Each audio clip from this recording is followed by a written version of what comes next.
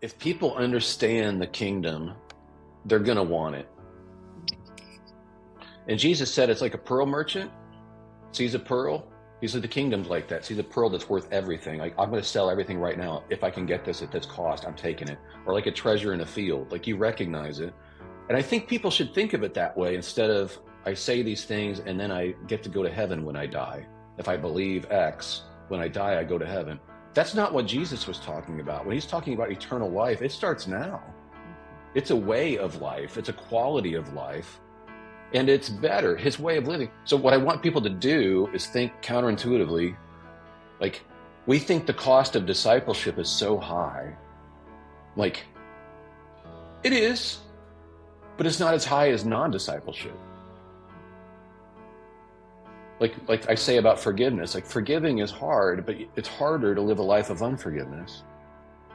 Everything that Jesus tells us actually makes lighter of life. It makes it easier, lighter. It's like yoking yourself to him. It's easier and lighter, and it'll give you more rest. He actually said that, but we've made it into, oh, the Christian life is the hardest thing. It's like, no. Actually, not living with the Lord, not loving your enemies, not forgiving people, that makes life harder.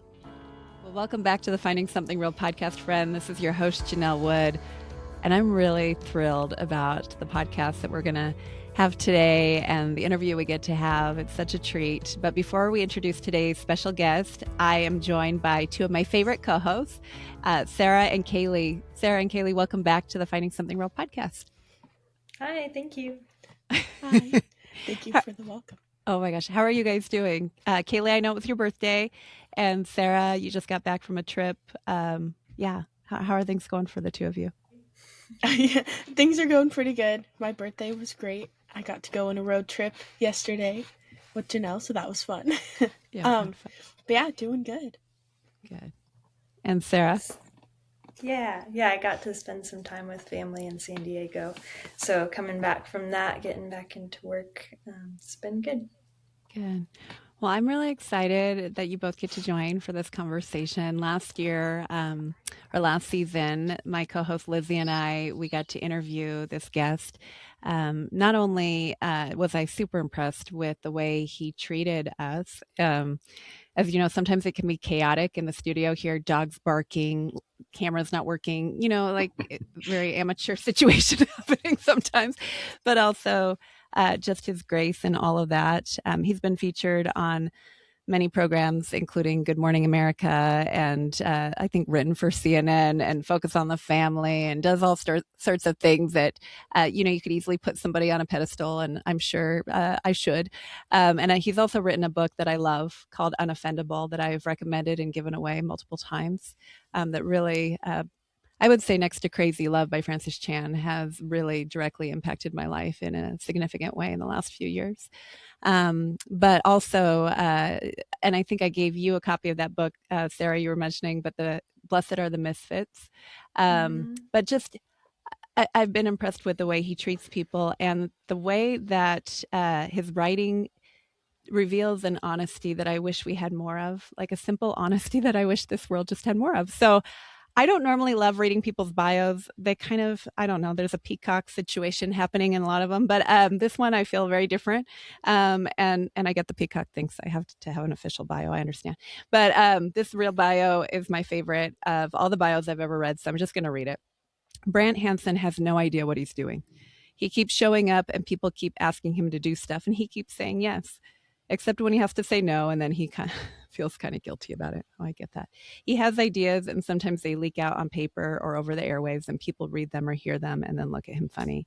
He likes toast so much that he can't really allow himself to eat it anymore. He used to eat a loaf of burnt dry toast every morning to start the day. He has to back off. He realizes he has a problem. He doesn't want to brag about it or anything, but he was president of the Illinois Student Librarians Association. He was also all-conference in Scholastic Bowl and lettered in basketball and football, both for keeping statistics, and was president of his own stamp collector club, which consisted of himself. Brant always looks inappropriately intense. He can't help it. He also has nystagmus, I think I mispronounced that, which causes his eyes to shake and his head to move involuntarily. He's always been ashamed of this, but it is what it is. Brant's wife thinks he's handsome anyway, so when he's around her, he doesn't have to think about it. Brant is really, really skeptical. More skeptical than skeptics, as it turns out, especially the one-way sort who are only skeptical of religious claims but not themselves. He thinks Jesus is the only person who really makes sense. Jesus said no one is good but God, and this affirms Brant's observations of himself, others, and all of human history. Brant is diagnosed with autism spectrum disorder. It may cause him to say things you're not supposed to say, apparently, but he asks God to please help him not to hurt people, but to be a blessing to them. Brant is thankful for anyone who wants to be friends, but he gravitates to outcasts and weirdos because they're usually nice to him. Welcome back to the podcast, Brant Hansen. Thank you for being here. Thank you. I am honored to be here. Thanks for having me back. Oh my gosh.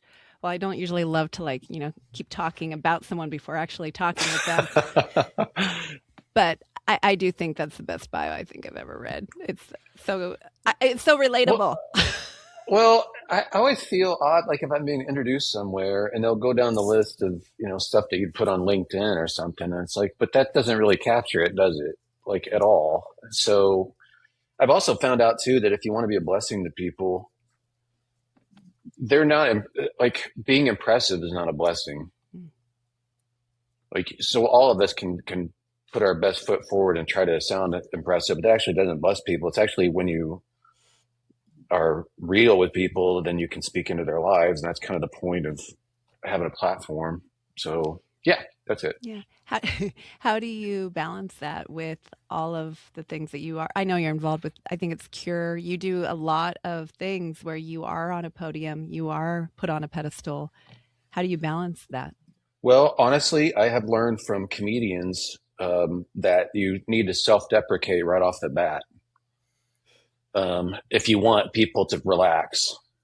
And so I've actually adopted that entirely, so that anytime I'm speaking about anything, and it's not like I'm self-deprecating dishonestly, it's honest stuff, but it's like, I want to get over that so that we can get like your whole podcast idea. Like, I want to get real with people. I want to get past the, I know what I'm doing and you don't, and here you go. Like, the other thing is too, the way I grew up, I don't buy a lot of that. I think people can be stage impressive, and that doesn't really relate to real life. And so, that's kind of my bias on all that. Yeah. Well, I love your honesty so much. It almost makes me tear up like right now as I'm like thinking about like how important that is, because I wish there was more of it, especially in Christian spaces. Sometimes I feel like, well, I believe that Christians should be the most authentic people in terms of our weaknesses and our failures and the things that we don't get right. But instead, it feels like very often it's the opposite. Like we have to convey a sense of we've got it together. Yeah. And that's so odd to me, because even in being in Christian radio, like I want other people to see, wait, you realize why our show works, right? I want to say that to other people in the industry. It's like, it's awkward from start to finish. Our show is not polished. We're not trying to be impressive. Do you realize that actually endears you to your audience? People can connect because they don't feel talked down to, or they don't feel less than, or they don't feel like you're putting on this, I don't know how to describe it, the syrupy thing. And it actually, people are really desperate for that now. And it's more and more the case. Mm-hmm. So how do we do better in that area? Because I think you're right. People gravitate towards what's real, what's vulnerable, even like Sarah and Cailee being here to be like, hey, we don't have it all together. We've got questions, like that. Mm-hmm. There's something so genuine about that people lean in. But how do we do better as people who are on podcasts, who are writing books, who are on stages? What would you say? Well, honestly, I can only speak for myself, but I gave up trying to be cool a long time ago. And so when you trust God with not having to do image management, it's so much freer. I think that's part of being childlike, not childish, but childlike, is kids don't manage their image with other people. And so you can just be genuinely delighted or something. Like, it's a better way. So I think once you start doing that, you realize, wait a second, this is actually more fun. And if people don't get it or like it, okay, that's all right. And I'm not saying I don't care what people think. I do care what people think, but I care less about what they think of me and more what they think of the Lord. And I won't want to get in the way. Um, and there's the selfish thing in that is, honestly, it's a more fun way to live. You wind up laughing at yourself more, and it's just it's fun to see what the Lord will actually do with that. Yeah. So yeah. I wanted to ask you a question about something that I was listening to this morning, and it kind of goes into some of that, and then I'll open it up for Sarah and Cailee here to ask whatever you guys want, and provide feedback. But I was listening to your interview with Mike Bishop, and it was great. You're talking about end of the world stuff, which very interesting. But you said something at the very end. It was almost as an aside, but it was very refreshing. And I'd love to unpack it a little bit. You were referencing the people that had been brought up in that conversation, including N.T. Wright, John Mark Comer, Dallas Willard. And you said something along the lines of, just because we bring up a name and we say they did something great or said something great doesn't mean we agree with every single thing that they ever said or did. And then you made a joke or something about, like, it's sad that we have to say that.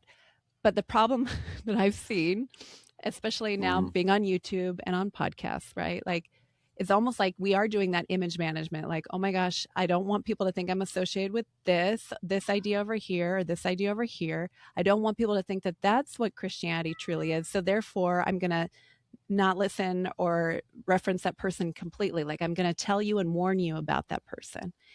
And to some extent, I understand that. Like, when you come across, I'll just use the name Richard Rohr, like somebody who is like so off base that you're like, probably don't want to quote that person, like when I'm talking about poetry or something. But on the other hand, we have people like, some of the people that you referenced, where there's something maybe that you just, there's something a little off with something here, but they've got like tons of great content somewhere else. So how do you see us doing a better job with that? And I'd love to hear some of your thoughts on that. Well, I try not to. If I know a name is a lightning rod, a lot of times I won't mention them, but I'm going to attribute where I need to. But a lot of times I'll just avoid, if I can, ethically avoid bringing up the name, because I don't want it to be a stumbling block to the idea. So, Mike is awesome. He's a friend of mine, and he doesn't agree with everything N.T. Wright says or every position he has. N.T. Wright's a former bishop of the Anglican Church in England. He's got very British ideas about certain things that I'd be like, I don't know. But the funny thing is, like, a guy like N.T. Wright would say, yeah, you're like, good point. But the problem is, if we've already got people in boxes, then we can dismiss what's being said because we've invoked that name. So I don't bring it up. I don't bring up names lightly because I don't want the ideas to be dismissed quickly. The irony of that too, and I think I mentioned in that interview, is like, Paul himself makes allusions or direct quotes to like 3 different thinkers, like pagan, quote unquote, thinkers in Greece. Jesus actually quotes someone when he's talking about, we played the pipes and you didn't dance or something. That's like a reference to something extra biblical but I just don't want it to get in the way of the point. So that's why you have to add that, like, I don't agree with everything they say, but I don't agree with everything I've said. I look at Twitter. I've been on Twitter long enough. Stuff will come up in my memory thing, and I'm like, well, I wouldn't say it quite that way now. Yeah. So yeah, I don't know if that's a good answer, but it is a little bit tricky. Yeah. Do you feel like you have to be a gatekeeper in some ways? Because I know that you have a podcast and you're on there talking to a lot of people. Well, I want to influence people in a good way, but I think I'm quick to say I'm sorry if somebody has a good point, and people do have good points. It's a conversation. So some people are like, hey, have you thought about this? I'm like, you know what? I didn't. And I think if that's the ethos, people are pretty quick to let you off the hook on that stuff because you're modeling that too. When it talks about judge and you'll be judged, when Jesus talks about that, I think that's so brilliant. Sherry pointed this out to me, my producer. She said, it's interesting how that's not just vertical. It's not just like, as I judge people, God will judge me, which is certainly true. It's also horizontal. If I come off judgy, well, guess what my emails are going to look like? And I noticed this with Christian radio stations. I've been on stations that have trained people to be judgy. They train their listeners by being extra spiritual on the air. And so that gets reflected right back to you by the listeners. So on one station, every time we did the traffic person would be like, so pray for this accident, pray for that accident. There's an accident on the right lane of 45, and I'll pray for that person. And then when you don't say pray for the person, people call and say, you didn't say pray for the person. They are like, when you come across super spiritual, that's what you get back to you. And I think that's in our personal lives too. So if the vibe that you're giving off is like being patient and understanding, I don't have all the answers, but here's what I'm learning, I think that gets reflected back to you too. People are graceful. Well, and you talk about Jesus all the time. How do you do that without sounding like you know a lot? Well, that's a great question. I try to get more radio people to actually talk about Jesus instead of just Christian stuff. I listened to 2 shows. Oh goodness. Yesterday, I don't do this very often, but I listened to 2 whole shows of Christian radio, like they never mentioned Jesus. Like, I don't understand what the point is, honestly. I don't get it. I think Christianity without Jesus is awful and boring. But I think the reason we can do it is I'm always sharing as a fellow learner. I'm a disciple. Like, I am not the expert. You're not my class that I'm teaching. Mm-hmm.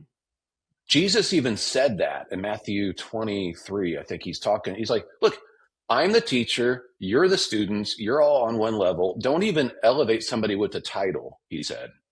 Mm-hmm. Of course, we do it anyway, but we shouldn't. But that's the vibe. I think you can talk about Jesus all day long as you're not like, I'm the one, I've got all the answers. Then you're in learner mode like everybody else. Mm-hmm. That's good. Okay, I could go on and on and on. Sarah and Cailee, I've talked too much. Go share whatever you want or feedback on what Brant's already said. I'll say something. Okay, so thank you, Brant, for being here. I really appreciate your honesty, and I think that's just a very refreshing and freeing way to live, like you said. I'm curious to hear if you have some sort of gauge for using honesty but not being reckless about it, because I really want to be an honest person, but I think I also need to balance that with self-control of saying kind things and not just saying all the true things that I want to say all the time. Do you have any thoughts on that? I do. I have lots because I have to talk for a living. I have lots of thoughts about it. I'll just give you a couple though. My mom once told me to quit being so honest, and I was like, well, you told me to be honest. She's like, not that honest. She actually told me that.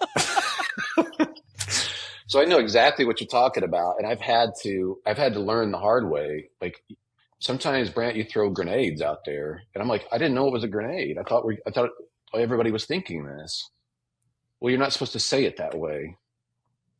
Okay, all right, I have to learn, but I have to learn, and I have to not just go, well, that's too bad, because I have to love people. Bottom line, I have to love people. So it's not enough for me to go, well, you guys just can't handle the truth. Well, I don't want all the truth at me all the time about me. I can't handle it. And love has to be the guiding principle with this. So how I speak.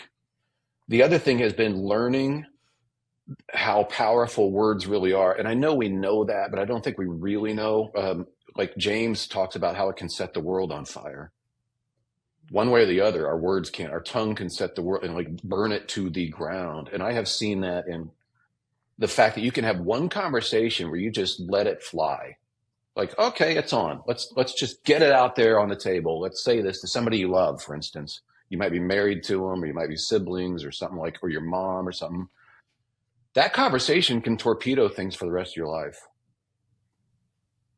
I have seen this where you think you can just let it fly, and it can take years of repairing. So I'm aware of that. And I used to underrate words. I used to underrate what I did. I would think like I'm not a man's man. I'm not in the Navy SEALs. I'm not doing whatever, big stuff. I'm not an architect. I'm not like, all I have is words. That's all I got. Well, yeah, words. Like Jesus is the word of God. Like the Lord spoke with words the universe into existence. Like the idea we can denigrate words and how important they are. But my last thought on that, people will bring out this quote and say, St. Francis said, preach the gospel always, and if necessary, use words. Kind of like words are just something else. Well, number one, do the research on it. He actually never said that. He never said anything close to that. We made that up. The second thing is he preached like 5 times a day. He preached to birds in the wilderness. He would talk at those trees. Like he used words constantly. So my words can build people up or they can burn them to the ground. And I now realize that. And so I'm like, Lord, protect me and help me to use my honesty or whatever gifts I have to assemble sentences to actually just breathe life into people. So your question is great, Sarah. I do have thoughts on that because I have to do this all the time. And I ask God, please let me be a blessing to people, meaning let me add value to their lives with the words that you give me. That is my ask every morning when I'm walking the dog, because I got to go on the air. I don't want to hurt people. So, yeah. I think I'm gonna have to add that to my morning prayers. That's a good thing to ask. I think it is, because again, it's our words. Whatever words we're going to choose to use today are going to light fires. Mm-hmm. It's like a nuclear power where, on one hand, it can light up a city. On the other hand, it can render everything into ashes. That's how powerful this is. Yeah, I've been doing sort of like a Bible word study on light and have just been very attracted to the idea of having everything out in the open. And so that's where I run into the problem sometimes of like, I just want everybody to be on the same page. I want us all to know that we're thinking the same thing. And that's not actually productive all of the time. So yeah, trying to balance. I sure like it. I sure like people like that. I really do. But yeah, I've had to learn too I tell younger kids on the spectrum, like middle schoolers, because they'll be like, why do we have to shake hands? Or why do we have to make eye contact? And I'm like, guys, I get it. I don't want to make eye contact, but I do it. And I said, it's like if you're a believer in Jesus and you're like a missionary and you go to another culture, well, you learn their ways and because you love them. So while it doesn't make sense to me that we can't say the obvious thing sometimes, and while I might be able to handle it, I recognize that's not the culture I'm in. And if I have to love these people, there's certain things I have to do to acclimate myself to them because I love them. Yeah, it's obedience to the Spirit. Yeah, I think that's right. And I think it's a thing we grow up in as we keep talking to God about stuff. Like he'll help us get better at this. He'll help us love people. Cailee. A question that I thought of was while Janelle was reading your bio. You say in your bio that you're a very skeptical person, and I'm curious to know how that affected your walk with Christ, or even how, like, I don't know when you came to God or anything like that, but how that affected that whole journey. That's a great question. One kind of funny thing is I used to do talk radio, and I had this guy on my show regularly. He was a regular guest. He was the head of the American Humanist Association. So he's this dedicated atheist, and he actually started Skeptic magazine, which is still going. And I would have him on regularly, and I'm obviously a believer, and he's not, but he actually admitted several interviews in, he admitted, you know what, Brant, I think you're more skeptical than I am. I actually do. And here's the founder of Skeptic magazine.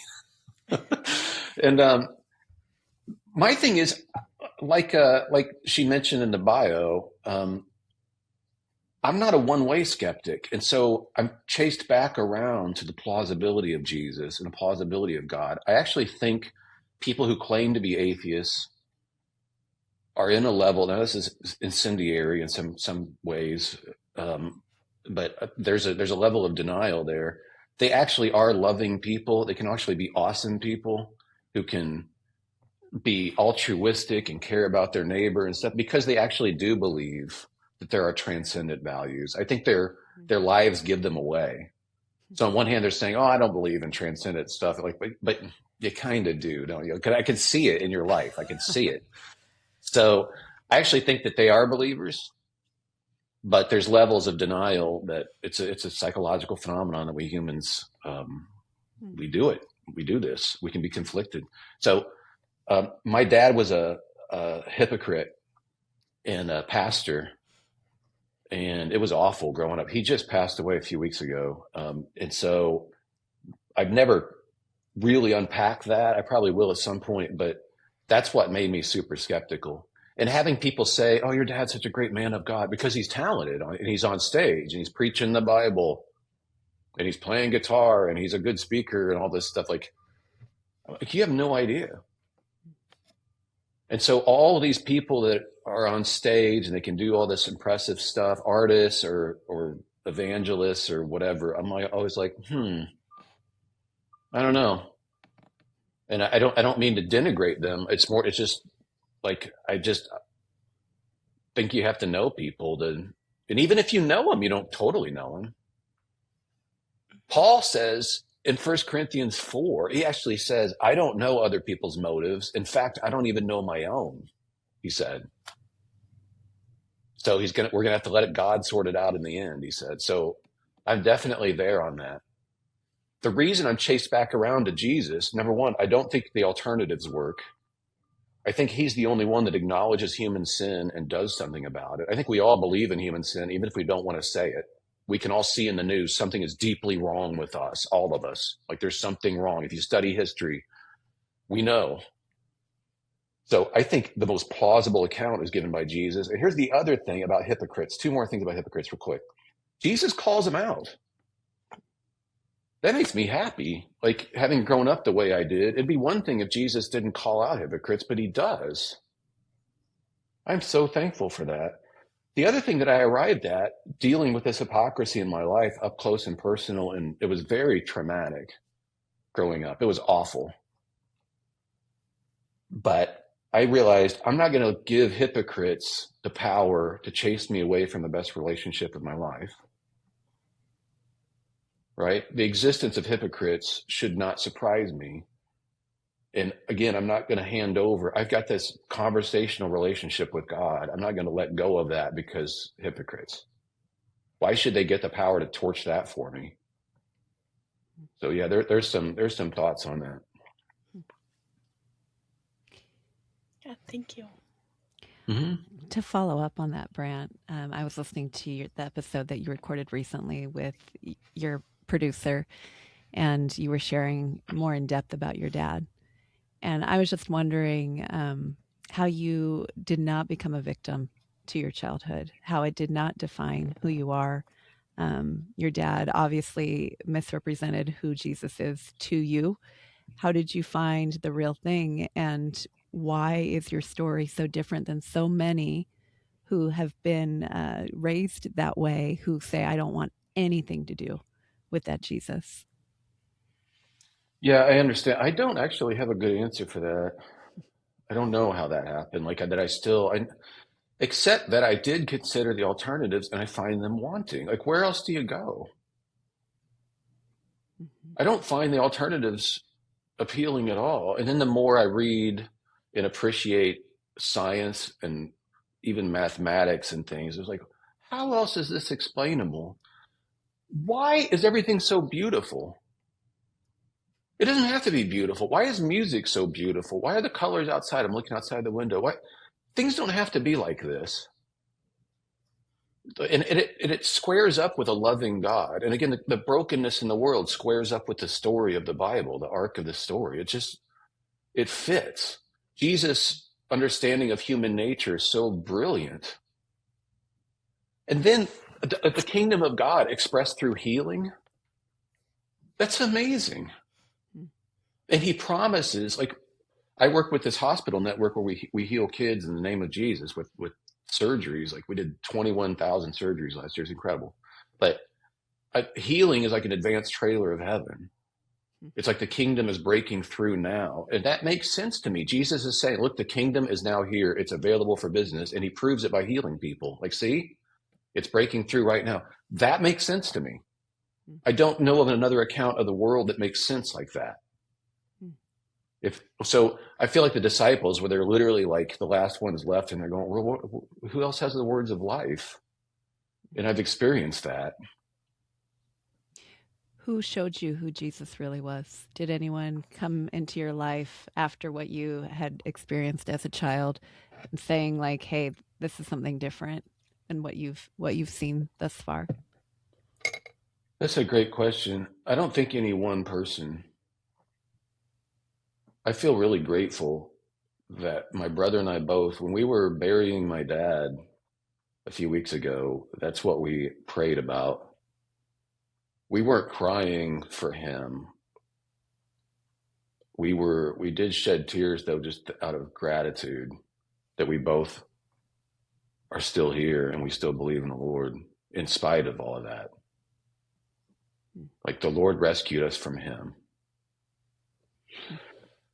So, and C.S. Lewis is a big factor. Like, there's other writers and people who have influenced me, but also just the reason I threw myself into Cure, this hospital network, and I've been involved with them for a long time now, is like, that looks like Jesus to me.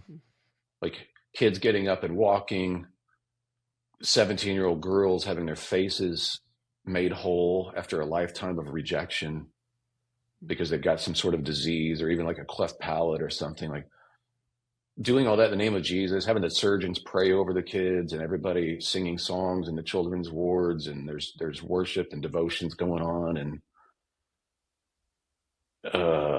that's just that I like, yes, okay, that makes sense to me. The other stuff, a lot of the entertainment stuff and the Christian stuff doesn't make sense. That I'm like, okay, I get that. When you encounter people who are entertaining and wearing the name of Jesus, and then you see them fall at times, maybe you don't always see them fall, but you're in a world where maybe you see more of that even than most. How do you avoid getting judgy, and how do you respond? In fact, this goes into this question that I had when I was listening to that episode. You were talking about God's mercy towards your dad. Like, how do you have that merciful approach? Well, on the first thing about not getting like jaded, seeing this stuff, I would expect, I mean, if you think about it, wouldn't you expect, like, if there's a stage and there's thousands of people looking up at the stage, wouldn't you expect narcissists to be attracted to that stage? Mm-hmm. I would. It'd be like put a pot of honey up on there, and like, where are these bears coming from? Why are they like? Yeah, I mean, that's what they look for. And the same thing happens on church stages. It doesn't have to be thousands of people. But for somebody like my dad, where else does he get to step in as a young man and get all sorts of attention like that?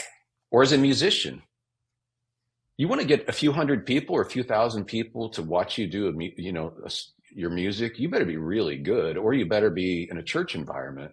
And that's not a slam on the church environment. It's just like, why would you be surprised if somebody who wants to be the center of attention sees that as, hey, I could do that? Of course, it's going to attract people into that. I could get attention from women. I could get respect. I'm on stage. I'm finally getting the attention that I want. We see that on social media. People are drawn to that like flies, or certain personality types. So I'm not surprised by that. The other thing is when people deconstruct, and we've had several artists deconstruct, or even pastors that suddenly leave, academics as well, I'm thinking of, and they'll issue their manifestos about, I'm done with this. I have noted this. Rarely in those manifestos, or actually ever, have I seen anything about Jesus in those manifestos. It's all politics, or I think it's all this and that, or this is corrupt. Like, okay, what did you think about Jesus before, though, and what do you think now? But they never even bring him up. I'm like, so did he matter all this time? maybe you just weren't discipled. Maybe you didn't actually taste his life and get to see what it's like to love your enemies and how brilliant his life is. Like, why would you walk away from this if you experienced it? Maybe you just got some money and attention, and now, it's easier for you to seek that elsewhere. I don't know. And then the merciful part. Yeah. Yeah, you mentioned the merciful part. Well, I know I only extend forgiveness because I've been forgiven. That's the point. So I do talk about that a lot in Unoffendable. It's like the basis of me having mercy is because of the mercy that's shown me.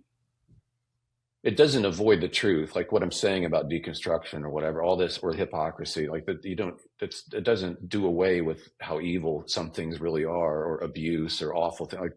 But the idea is that I view the world through the lens of someone who is guilty and the Lord has had mercy on. So Jesus tells a story about a servant who's forgiven for a huge amount of money. I did the math on that because he says how many talents it is. And I looked up, like, how much is that? How much is this? And it's literally $3 billion approximately that the original servant is forgiven for. And the next guy is like $10 or something like that. So Jesus is exaggerating. Like, this guy owes me $3 billion and I let him off the hook. And then he turns around and he won't forgive somebody else. And Jesus is making the point that we are that servant in the middle. Like, we've been forgiven the $3 billion. How do I turn around and treat other people? So I think that helps. Yeah. Sarah or Cailee, do you guys have, because I could keep going here, but I don't want to. I want to leave room for you guys. Sarah. My dog might bark in a minute, so sorry about that. But I was thinking about, I know you've said in your book and also in podcasts that you struggle with the feeling of being a fraud sometimes. And I relate to that a lot. And so I'm wondering where you go with that, that like fear or feeling as you're still trying to be faithful. Like, I'll give you an example. Like, just last night I was at a church service where the pastor at the end, he asked us to pray for some people specifically. And it was kind of like a casual invitation. Like, if you want to stick around and pray, you can, or not. That's cool too. And I didn't pray. I left. And I'm just thinking, like, what in me is not believing God, that I didn't want to do that, and then spiral into thinking like I'm a fraud. I don't even believe this. What the heck? So yeah, what do you do with that kind of feeling? I heard from Dallas Willard, and I don't agree with everything. I know, I'm just kidding.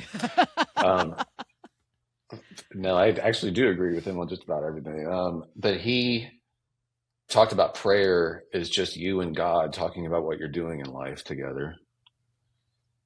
And that helped me a lot, thinking about it that way.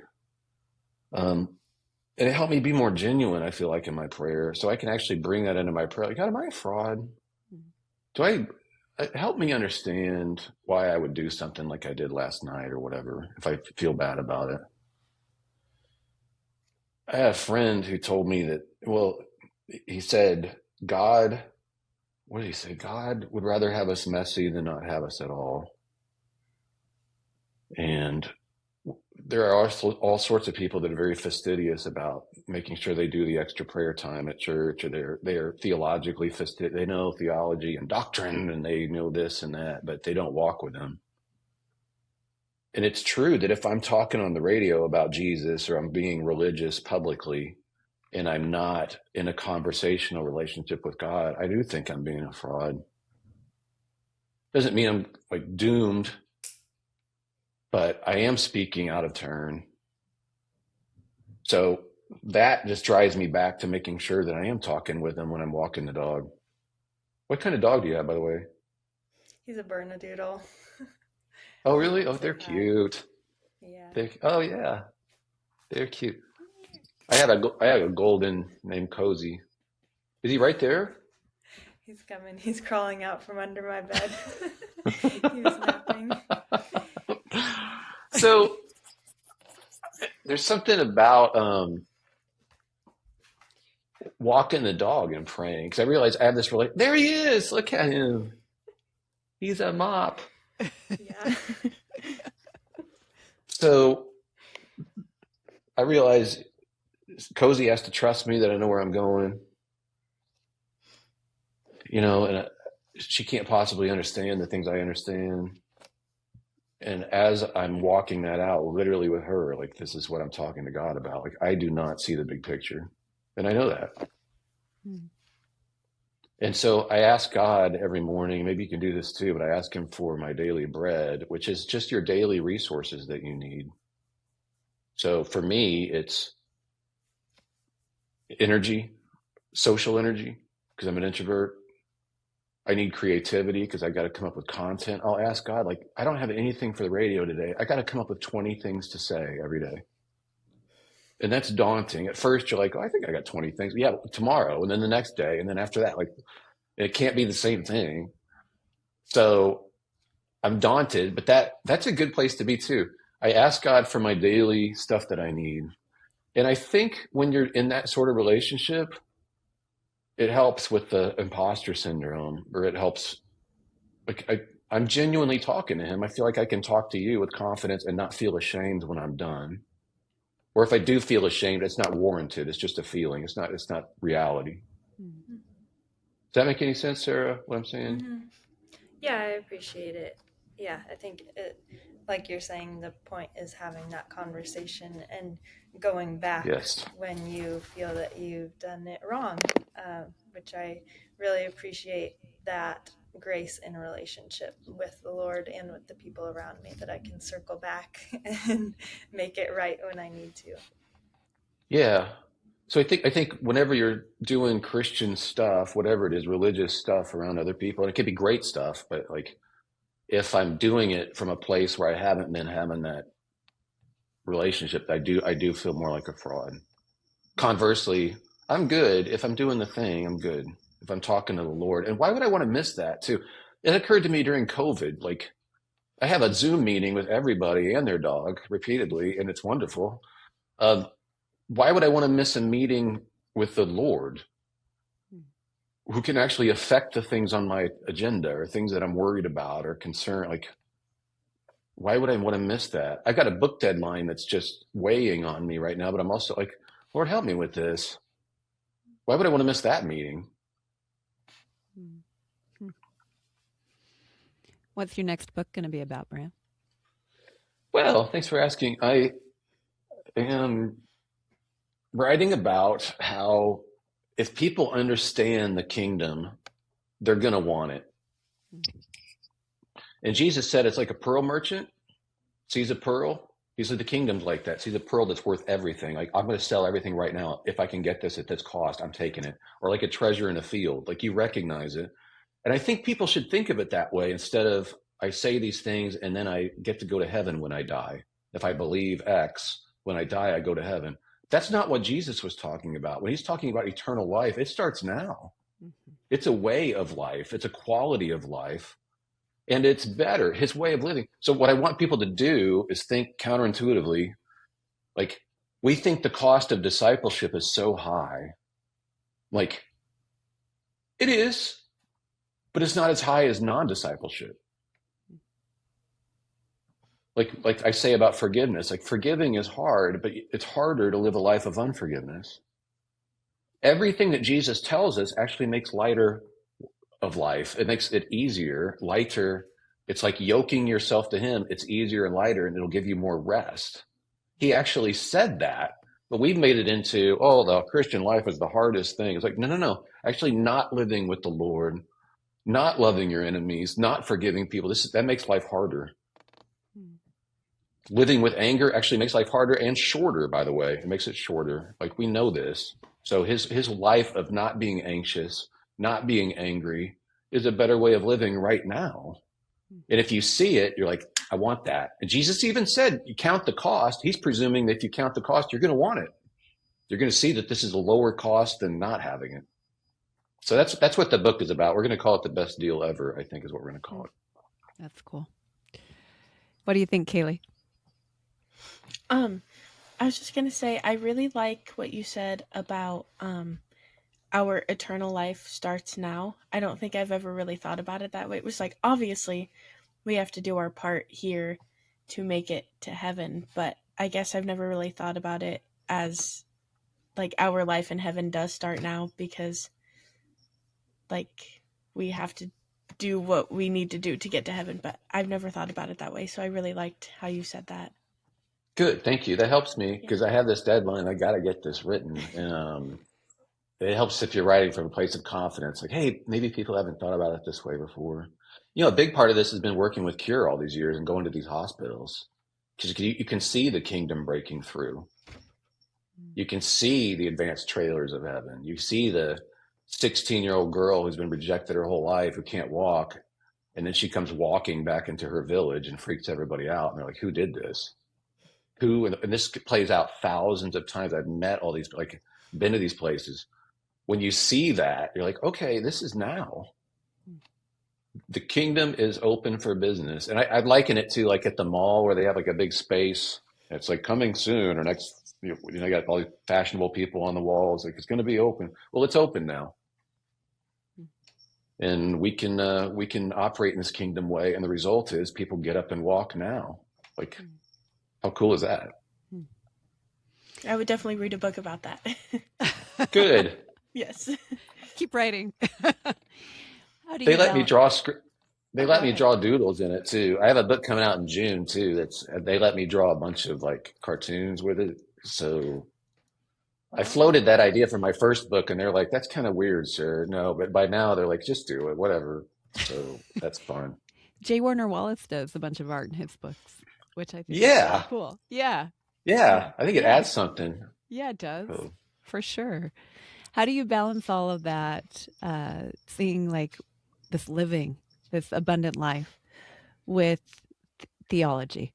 What you were talking about earlier, right? Your dad knew theology. mhm, He didn't live it. mhm, mhm. Some people shy away from knowing too much because, right. So is there a balance there? And where have you found it?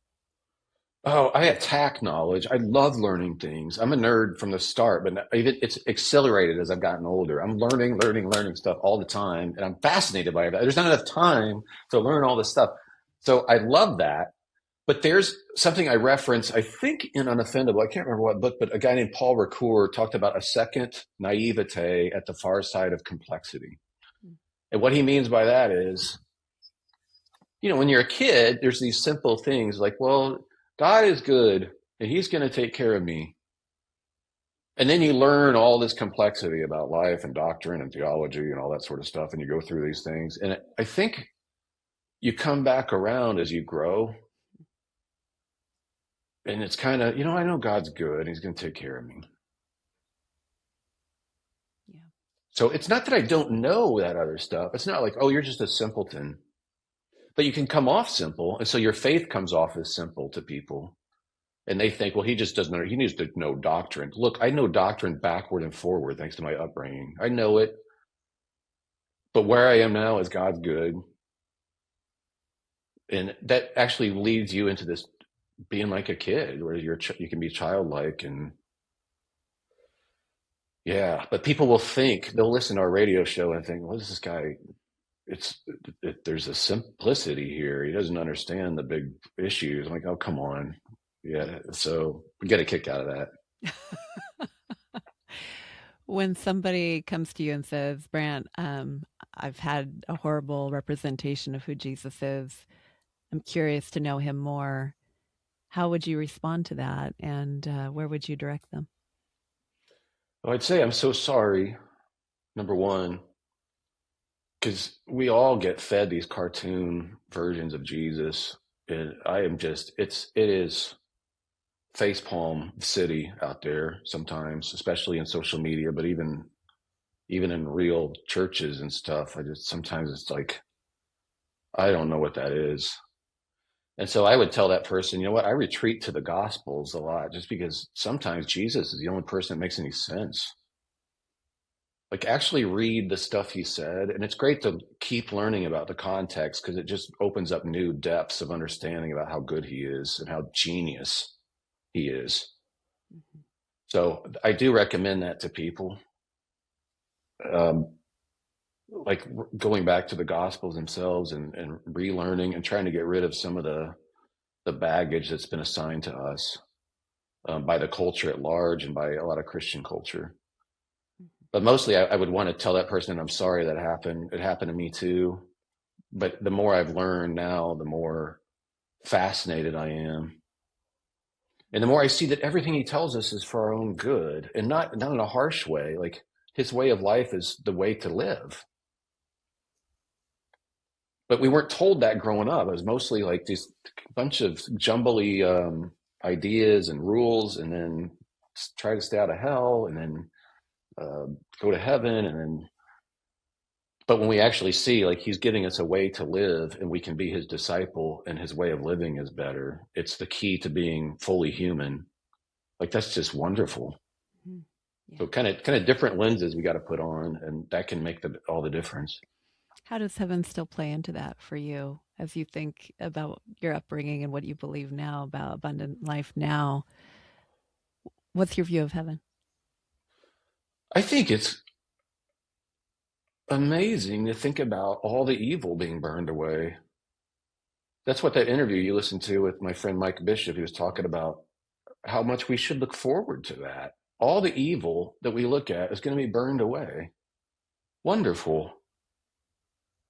How fun.